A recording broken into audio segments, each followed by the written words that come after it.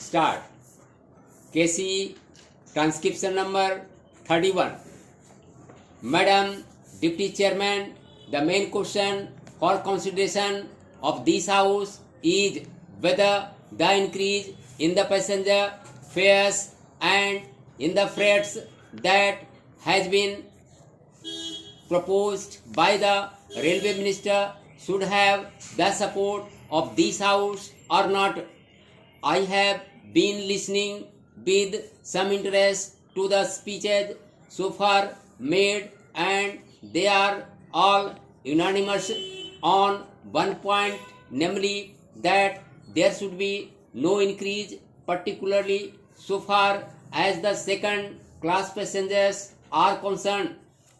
What we have to decide at present is that those friends who have emphasized their opposition to this levy have also said that in view of our developing economy, in view of our developing industrialization, in view of the fact that there is a greater demand for passenger traffic as well as goods traffic, we have to develop our railway system.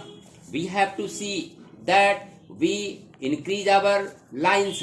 We have also to see that we double our lines. We have also to see that the production of the locomotives, wagons and coaches is increased with greater rapidity. Otherwise, we will not be able to meet the demand of the developing economy.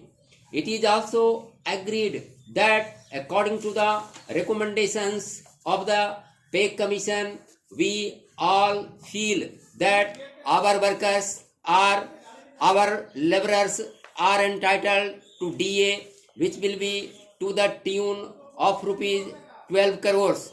There are no two opinions about it. It is also demanded that so far as amenities to the workers are concerned regarding their privileges and concessions or the repairs to the stock are concerned, there is very urgent need that we should see that our workers do not extend themselves. An engine driver should not be asked to do work for more than 12 hours. Similarly, others in the railways should also have further concessions so far as leisure, rest and leave are concerned. It is also agreed and it has been emphatically stressed on all hands that the second class passengers are not getting amenities which they should get. The greater portion of the income comes from the second class passengers, and the position is that they are not getting their dues by way of rest and comfort which are necessary for them. I appreciate that effort is being made that so far as sleeping accommodation and provision of fans to the second class passengers are concerned, something is being done. Next.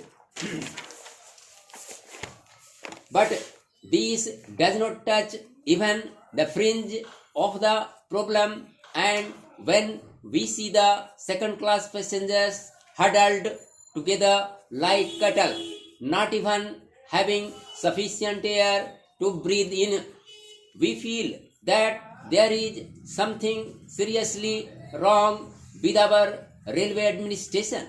We have also to see that the shortage that we had about the supply of wagons to the coal mines and to our steel industry is not there. Madam, it is a strange chain of events that the minister who was in charge of steel and who gave statements in a way implying that the railways are not doing their part well is now saddled with that responsibility, and I am sure he must feel double responsibility because he knows how the industry has suffered or was likely to suffer. As the Minister of Steel, he charged the Railway Ministry of not doing things which should have been done.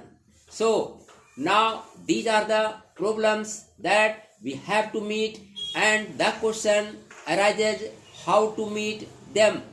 I quite understand that there could be some economy affected in administration. I could also understand that by tightening the administration and seeing that there is not much of ticketless travel, we could improve the position. I could also understand that by taking effective measures regarding the new responsibility which Parliament has placed on the soldiers of the Railway Department, namely the liability of a common carrier for goods, for which they have provided rupees 2 crores, and by having all these things in mind, there could be some reduction in expenditure, but I do not think that reduction would be of a value sufficient to meet the increasing demands of the railways. That is the problem. It is true that it will be hard to increase any fare. It would be hard to increase any freight. We do realize and we do appreciate it, and as representatives of the people, we do feel every day that our people are being taxed more and more.